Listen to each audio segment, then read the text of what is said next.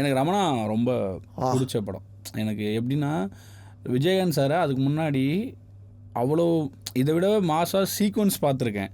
ஆனால் அந்த ஓப்பனிங்கில் அந்த கப்பு சும்மா ஒரு பேனில் ஒருத்தர் காஃபி குடிப்பார், பல்லு விளக்குவார், ஆமாம், இது இருக்குல்ல, அதுவே எனக்கு பயங்கரமாக இருந்துச்சு. ஆக்சுவலாக அந்த படத்தோட ஒரு போஸ்டர் வரும், அவரோட ரெட்ரோ லுக் மாதிரி, விண்டேஜ் லுக் மாதிரி ஒரு போஸ்டர் ஒன்று வரும், ரமணா அப்படின்னு சொல்லிட்டு. அது எப்படின்னா, நம்ம வேறு ஏதாவது ஒன்று பார்த்துக்கிட்டு இருக்கிறப்போ அதுக்கு ஸ்பான்சருக்கு பின்னாடி அந்த ரமணா ஆஸ்கர் ஃபிலிம்ஸ் வந்து ரமணான்னு சொல்லிட்டு ஏதோ ஒரு போஸ்டர் இருக்கும். நான் ஏதோ ஒரு அது என்னதுங்க ஃபங்க்ஷனோ ஏதோ ஒரு அவார்டு ஃபங்க்ஷன் நினைக்கிறேன். அதில் அந்த அப்போ அந்த படத்தோட, ஏன்னா இப்போ மாதிரிலாம் கிடையாது, ஃபர்ஸ்ட் லுக் அந்த மாதிரிலாம் கிடையாது. இந்த மாதிரி ரமணா அதுக்கு முன்னாடி அந்த விஜயகாந்தோட லுக்கே பயங்கரமாக இருக்கும். அது எனக்கு நல்லா ஞாபகம் இருக்குது, விண்டேஜ் லுக்கில் இருக்கும்.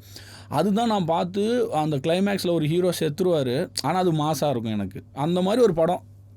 ஆனால் நான் இப்போ சினிமாவுக்குலாம் வருவேன்னு எனக்கு தெரியாது, எனக்கு அதெல்லாம் தெரியாது. ஆனால் இந்த எப்போ இதை யோசிச்சிருப்பார் ஒருத்தர்.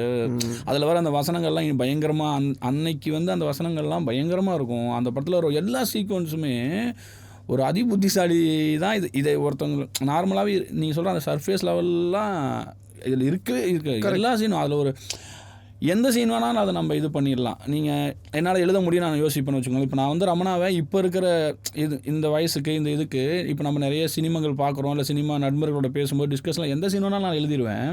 எனக்கு ஒரு சீன் இருக்குது, இளவரசர் சார் வந்து அவர்கிட்ட லஞ்சம் கொடுக்கறதுக்கு வருவாங்க. அவர் என்ன பண்ணுவார்னா, அந்த லஞ்சத்தை வெளியில் எடுத்துகிட்டு வருவார். ஏம்மா எல்லோரையும் என்ன ஒரு வாட்டி பார்த்துக்கோங்க, நான் வாங்கின பணத்தை கொடுத்துட்டேன், ஏற்கனவே வாங்கினதையும் நான் கொடுத்துட்றேன், இங்கே இருக்கிற யாரோ ஒருத்தர் தான் அதை சொல்கிறீங்கன்னு தெரியுன்னு இருக்குல்ல. அதாவது அந்த படத்தை அதை எப்போ எனக்குள்ளே கொண்டுட்டு வரான்னு இருக்குல்ல, எனக்கு அந்த சீன் இருக்குது இல்லைங்களா. அதில் எனக்கு தி மோஸ்ட் எனக்கு ரொம்ப பிடிச்ச சீனு.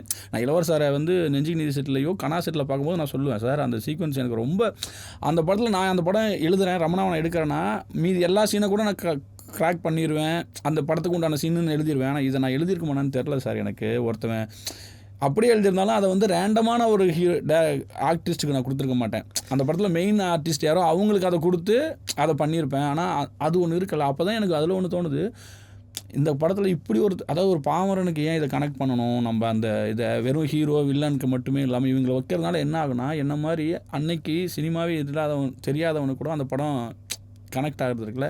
எனக்கு அது எனக்கு ரொம்ப பிடிச்ச மெயின் ஸ்ட்ரீம். படங்கள் பார்த்துக்கிட்டு இருந்தாலும் பிரமிப்பாக பயங்கரமாக பார்த்த படம் ரமணா. கிருஷிநெட் ஃபாஸ்டஸ்ட் இன்டர்நெட் நிறைய பேர் ப்ராமிஸ் பண்ணலாம், but India's fastest customer support Krishinet தராங்க. Certified by Google, trusted by Indian air force, Greater Chennai Police. Call 94980 10101 to avail 1 month free internet. Conditions apply.